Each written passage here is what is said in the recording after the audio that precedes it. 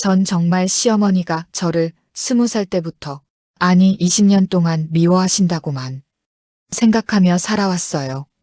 제가 아무리 정성을 다해도 늘 차갑게만 대하시니 저도 서서히 마음을 닫았죠.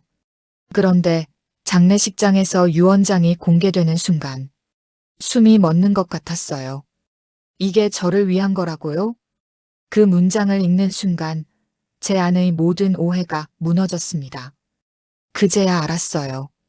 시어머니는 말로 표현하지 못했지만 늘 저를 감싸주셨고 제가 몰랐던 사랑을 주셨다는 거요.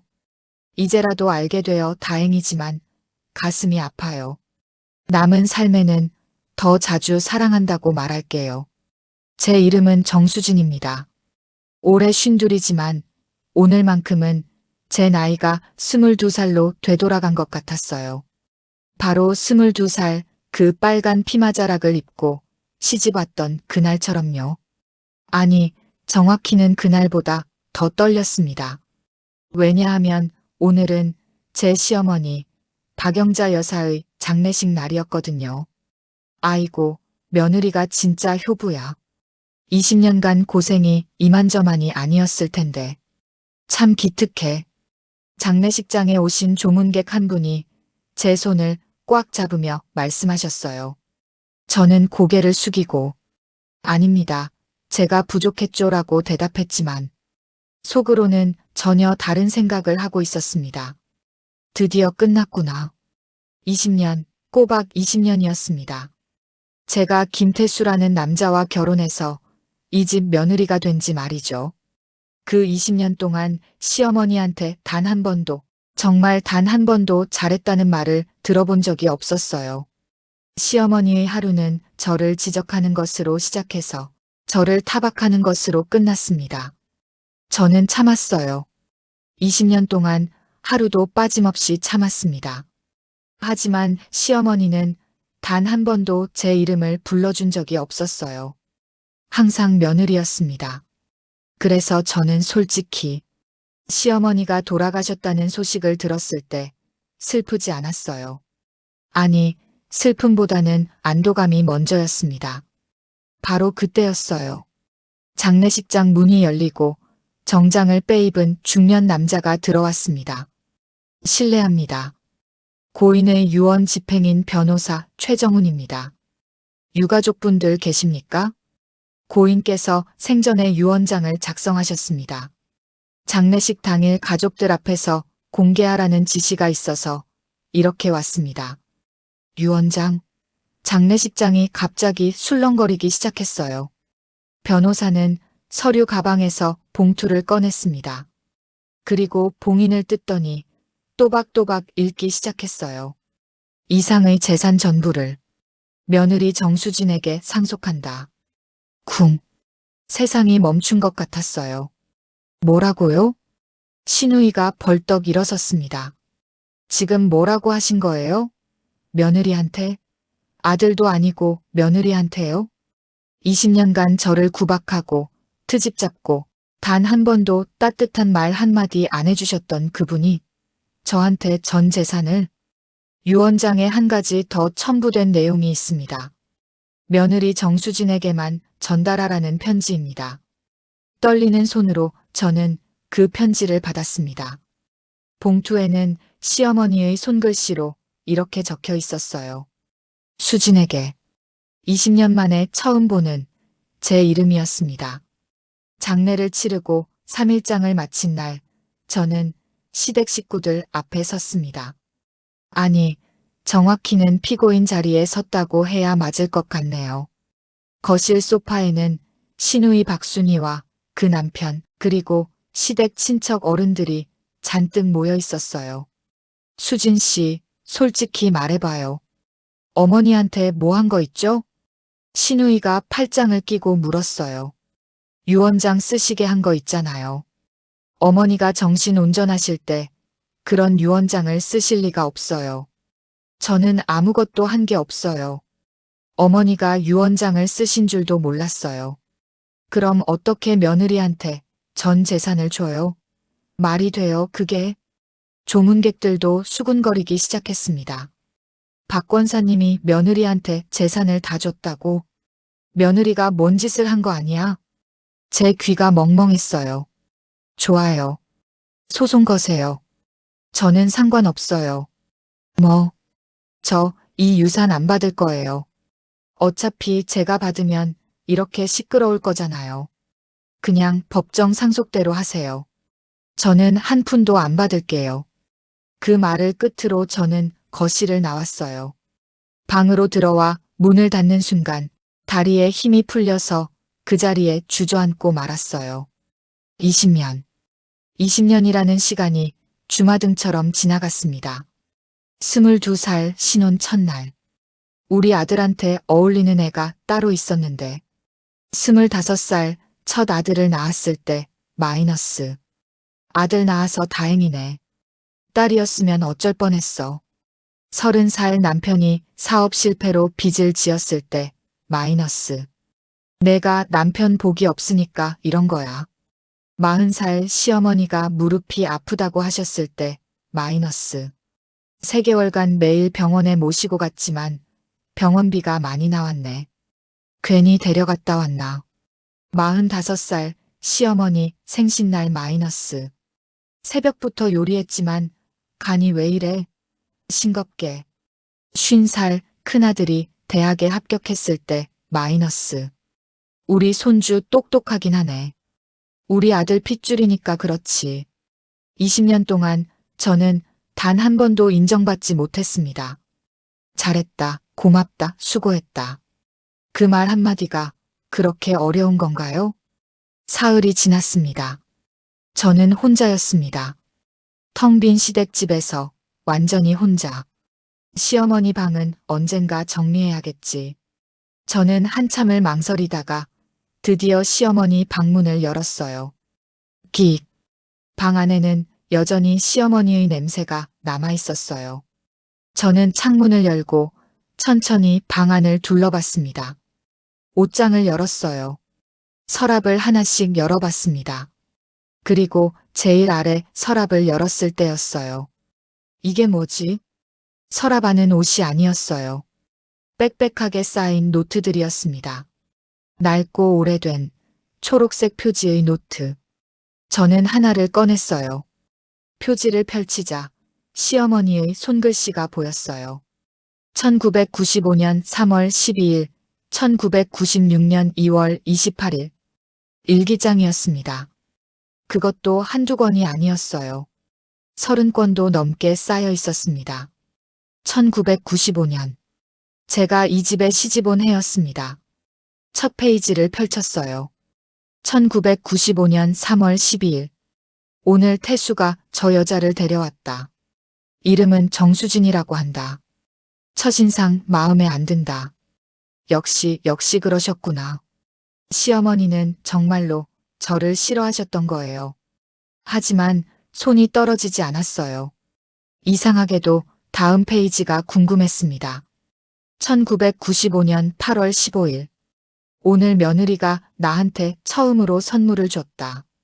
추석이라고 블라우스 한 벌. 이런 거 안 입어라고 했다.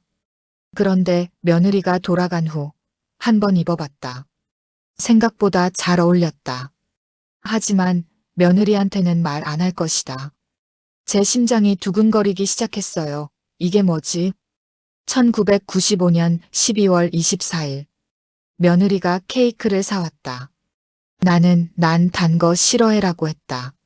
며느리가 자고 난 후 냉장고에서 케이크를 꺼내서 한 조각 먹었다. 맛있었다. 왜 그렇게 심하게 말했을까?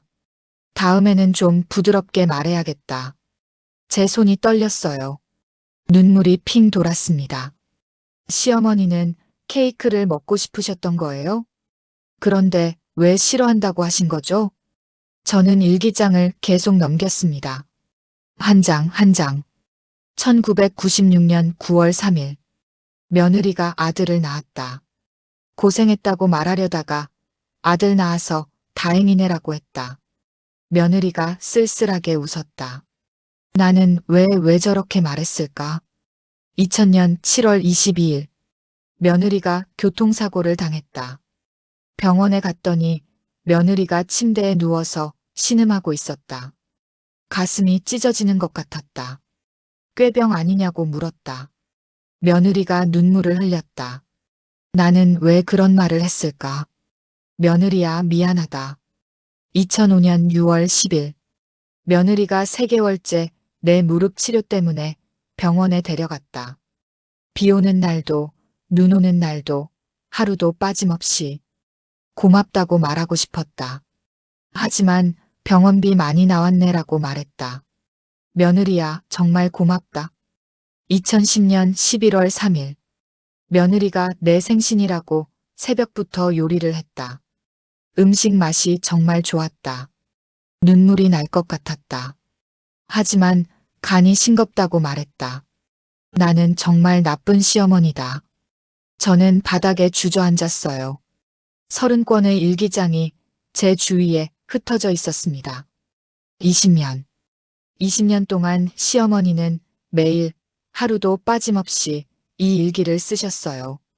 그리고 그 안에는 제게 하지 못한 말들이 가득했습니다. 미안하다. 고맙다. 수고했다.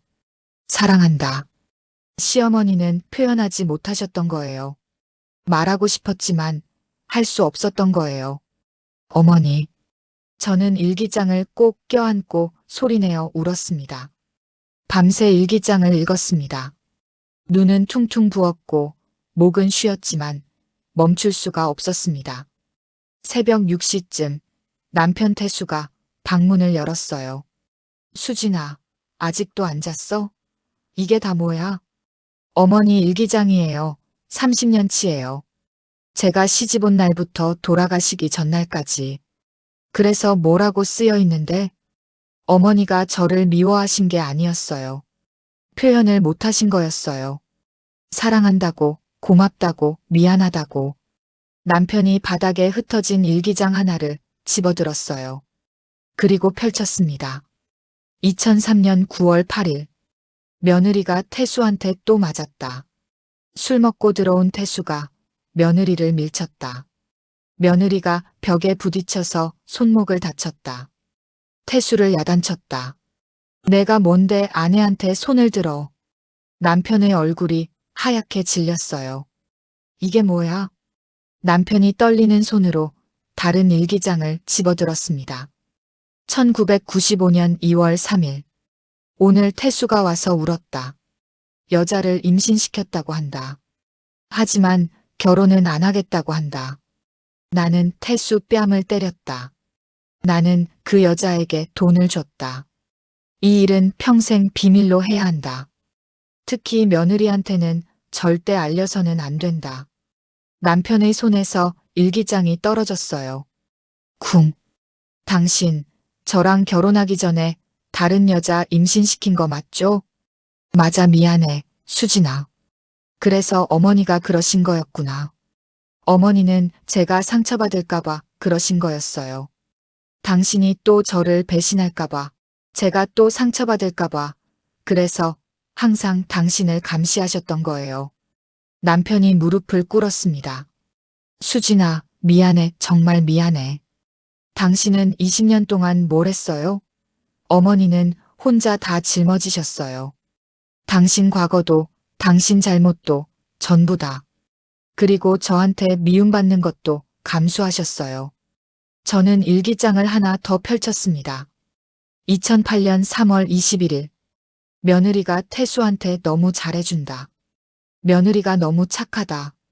아니, 너무 착해서 걱정이다. 태수 같은 놈은 자격이 없는데. 며느리가 상처받을까봐 무섭다. 그래서 나는 며느리한테 심하게 대한다. 며느리가 태수한테서 조금이라도 마음을 떼기를 바라면서. 그래야 태수가 며느리를 배신해도 며느리가 덜 아플 테니까. 저는 그 대목을 읽고 한참 동안 말을 잇지 못했어요. 시어머니는 저를 보호하고 계셨던 거예요. 남편으로부터, 당신 아들로부터. 수진아, 남편이 제 손을 잡으려 했지만 저는 뿌리쳤어요. 당신은 20년 동안 뭘 했냐고요. 어머니는 혼자서 다 견디셨어요. 당신 과거도, 당신 잘못도, 그리고 저한테 오는 미움까지 전부 다. 그런데 당신은? 저는 마지막 일기장을 집어들었습니다. 2025년 10월 30일. 시어머니가 돌아가시기 일주일 전이었어요. 2025년 10월 30일. 오늘 변호사를 불렀다. 유언장을 작성했다. 내 모든 재산을 수진에게 준다고. 수진아, 나는 너한테 평생 미안하다는 말을 못했다. 내가 널 얼마나 아꼈는지, 내가 널 얼마나 대단하게 생각했는지. 너는 나보다 훨씬 강하고, 훨씬 따뜻하고, 훨씬 훌륭한 사람이다. 그래서 내 전부를 너에게 준다. 수진아, 미안하다. 수진아, 고맙다. 수진아, 사랑한다. 저는 일기장을 떨어뜨렸어요. 그리고 소리내어 울었습니다. 어머니, 어머니. 남편도 옆에서 같이 울었어요. 우리는 한참을 그렇게 울었습니다. 시어머니가 남기신 30년의 진심 앞에서 남편이 울다 지쳐서 거실 소파에서 잠들었어요. 하지만 저는 잠들 수가 없었습니다. 저는 커피를 한 잔 타서 다시 시어머니의 방으로 들어갔어요. 그리고 일기장을 순서대로 펼쳐놓고 처음부터 끝까지 천천히 읽기 시작했습니다. 2010년 3월 15일. 오늘 며느리가 나한테 화를 냈다. 20년 만에 처음. 어머니, 제가 뭘 어떻게 해야 마음에 드세요? 며느리가 울었다. 나는 며느리를 안아주고 싶었다. 미안하다. 내 잘못이 아니다라고 말하고 싶었다. 하지만 나는 그냥 며느리가 시어머니한테 소리를 질러 라고 말했다. 나는 거실에 혼자 앉아서 한참을 울었다. 며느리야, 너는 잘못한 게 하나도 없다. 잘못한 건 전부 나다. 2015년 6월 20일. 며느리가 오늘 40대가 됐다. 생일이었다. 나는 백화점에 가서 며느리한테 줄 선물을 샀다. 예쁜 스카프. 하지만 집에 와서 그 선물을 서랍 깊숙이 넣어버렸다. 줄 수가 없었다. 시어머니는 며느리한테 약한 모습 보이면 안 되니까. 바보 같은 생각이다. 나는 정말 바보다. 2018년 9월 5일. 며느리가 오늘 내 손을 잡았다. 어머니, 손이 왜 이렇게 차가워요? 며느리가 내 손을 호호 불어줬다. 며느리 손이 따뜻했다. 나는 평생 이렇게 다정한 손길을 받아본 적이 없다. 눈물이 날 것 같았다. 됐어. 손 치워라고 말했다. 며느리가 나간 후 나는 내 손을 보았다. 며느리가 발라준 핸드크림 냄새가 났다. 장미향 며느리 온기가 아직 남아있는 것 같았다. 2022년 11월 11일. 오늘 며느리가 나한테 물었다. 어머니, 제가 잘하고 있는 거 맞죠? 나는 그 순간 말하고 싶었다. 너는 완벽해. 너는 최고의 며느리야. 하지만 내 입에서 나온 말은 그냥 그래였다. 며느리가 나가고 나는 벽을 주먹으로 쳤다. 왜 나는 그 말을 못할까? 왜 나는 평생 이럴까? 2024년 5월 28일. 병원에서 암 진단을 받았다. 췌장암 말기 6개월에서 1년. 죽음이 무서운 게 아니라 며느리한테 말 못한 것들이 무서웠다. 이대로 가면 며느리는 평생 내가 자기를 싫어했다고 생각할 거다. 나는 결심했다. 죽기 전에 뭔가를 남겨야겠다. 내 진심을. 2025년 11월 5일 마지막 페이지. 수진아, 이 일기를 읽고 있다면 나는 이미 이 세상에 없을 거다. 30년 동안 미안했다. 30년 동안 고마웠다. 30년 동안 사랑했다. 수진아, 나처럼 살지 마라. 사랑한다면 사랑한다고 말해라. 후회하지 마라, 나처럼. 마이너스 영원히 너를 사랑하는 어머니가. 저는 마지막 페이지를 읽고 일기장을 가슴에 꼭 안았어요. 그리고 소리내어 울었습니다. 어머니, 어머니, 저도요. 저도 사랑했어요. 하지만 시어머니는 이미 안 계셨어요. 일기장을 다 읽고 3일이 지났습니다. 그러던 어느 날 아침 등기우편이 도착했어요. 법원에서 온 소장이었습니다. 유언 무효 확인 소송. 신우이 박순희가 정말로 소송을 제기한 거예요. 재판 당일 법원 복도는 차갑고 조용했어요. 저는 검은색 정장을 입고 떨리는 다리로 법정 앞에 섰습니다. 법정 안에서 원고 측은 여러 증인을 불렀어요. 첫 번째 증인 마이너스 이웃 주민. 박 여사님이 며느리 험담을 많이 하셨어요. 거의 매일 며느리가 마음에 안 드신다고 늘 말씀하셨어요. 두 번째 증인 마이너스 시댁 친척. 고인은 명절 때마다 며느리에 대해 불만을 표시하셨습니다. 세 번째 증인 마이너스 교회 친구. 박 권사님이 며느리 때문에 스트레스를 많이 받으신다고 하셨어요. 원고 측 변호사가 마지막 주장을 했어요. 재판장님, 보시다시피 고인은 생전에 피고를 좋아하지 않았습니다. 그런데 갑자기 전 재산을 물려준다? 이건 상식적으로 이해가 안 됩니다. 피고 측, 반론하시겠습니까? 저는 천천히 일어났습니다. 그리고 가방에서 무언가를 꺼냈어요. 30권의 일기장이었습니다. 재판장님, 이것을 증거로 제출하고 싶습니다.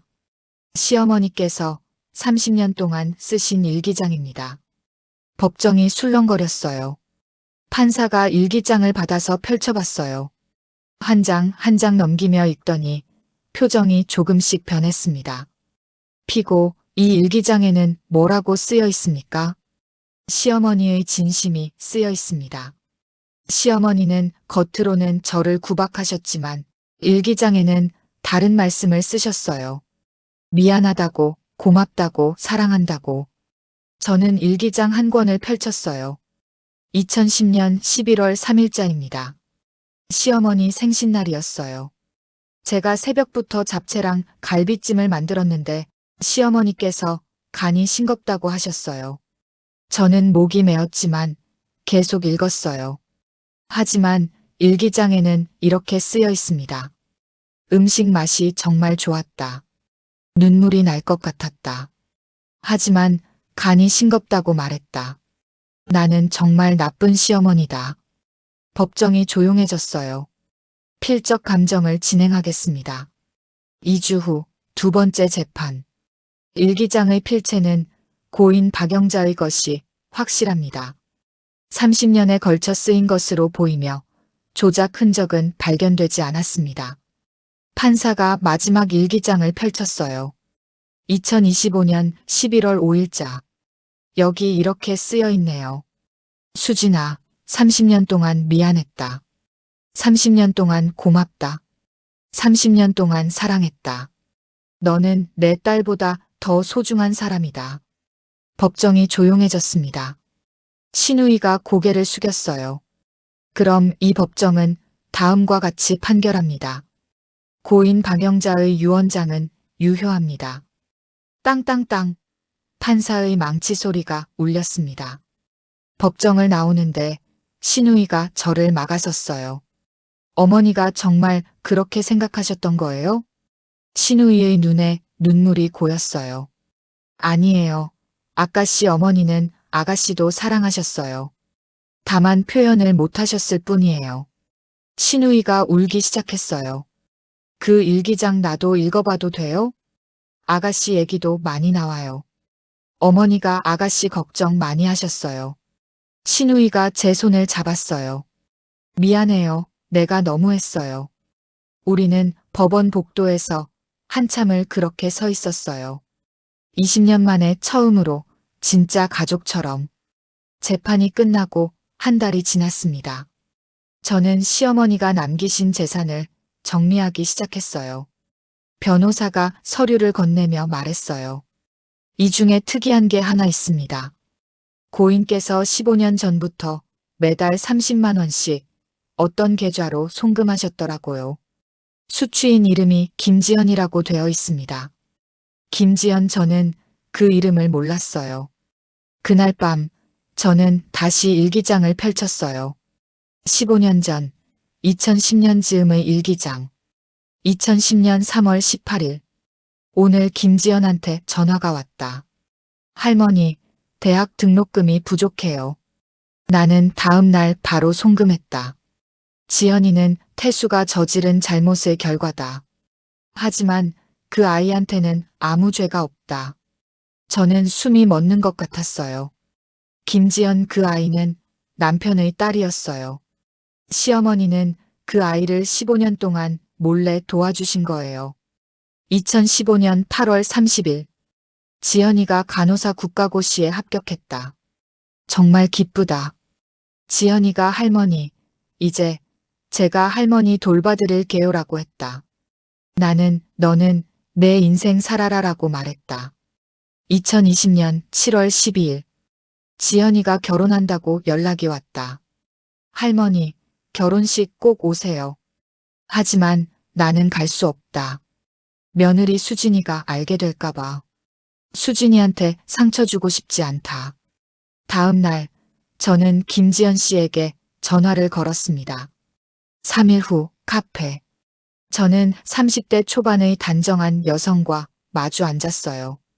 처음 뵙겠습니다. 정수진입니다. 김지연입니다.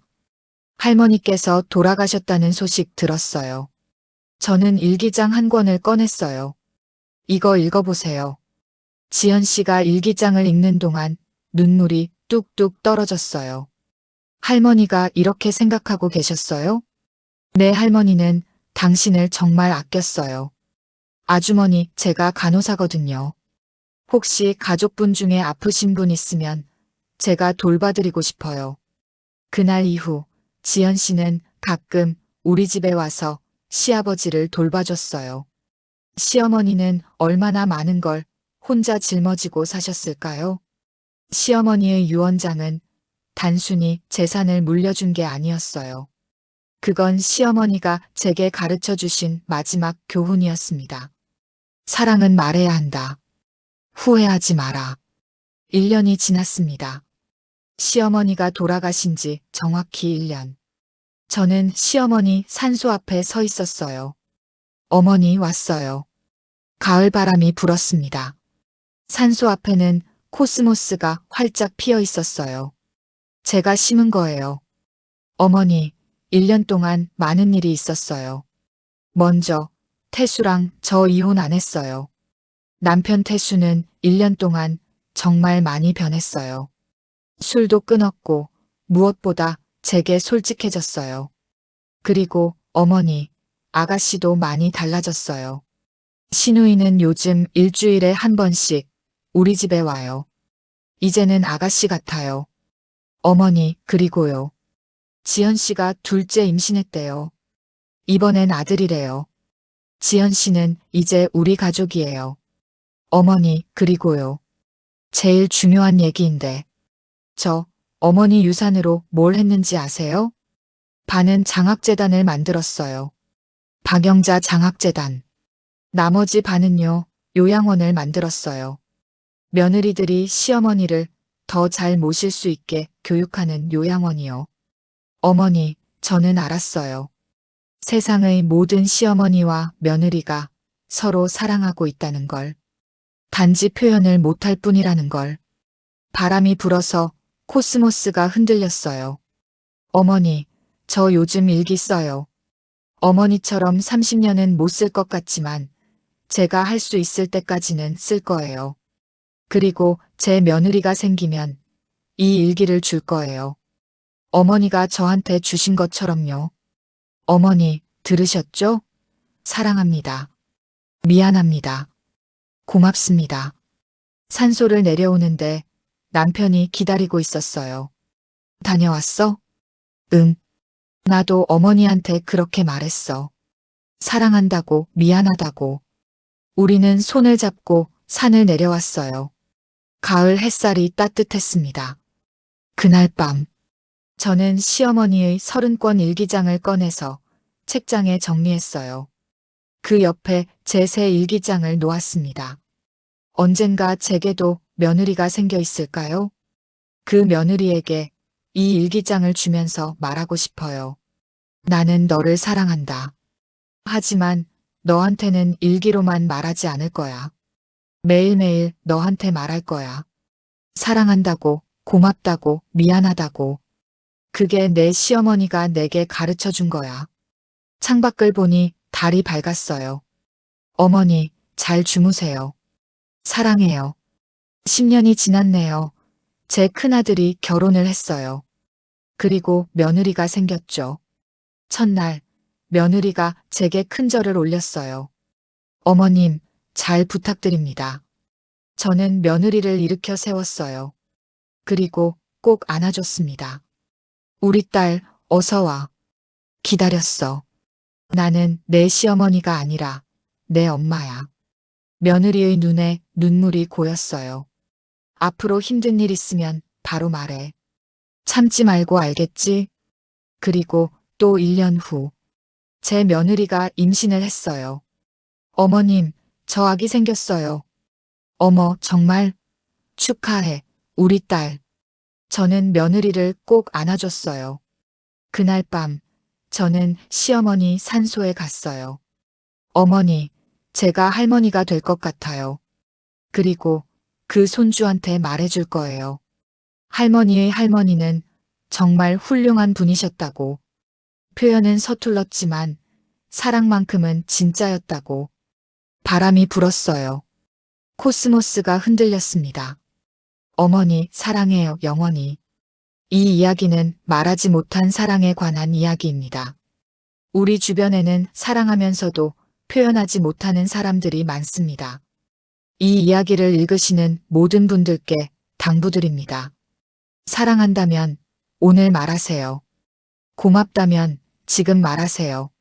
미안하다면 당장 말하세요. 내일은 너무 늦을 수 있습니다. 당신의 소중한 사람에게 오늘, 지금, 당장 사랑한다고 말해주세요.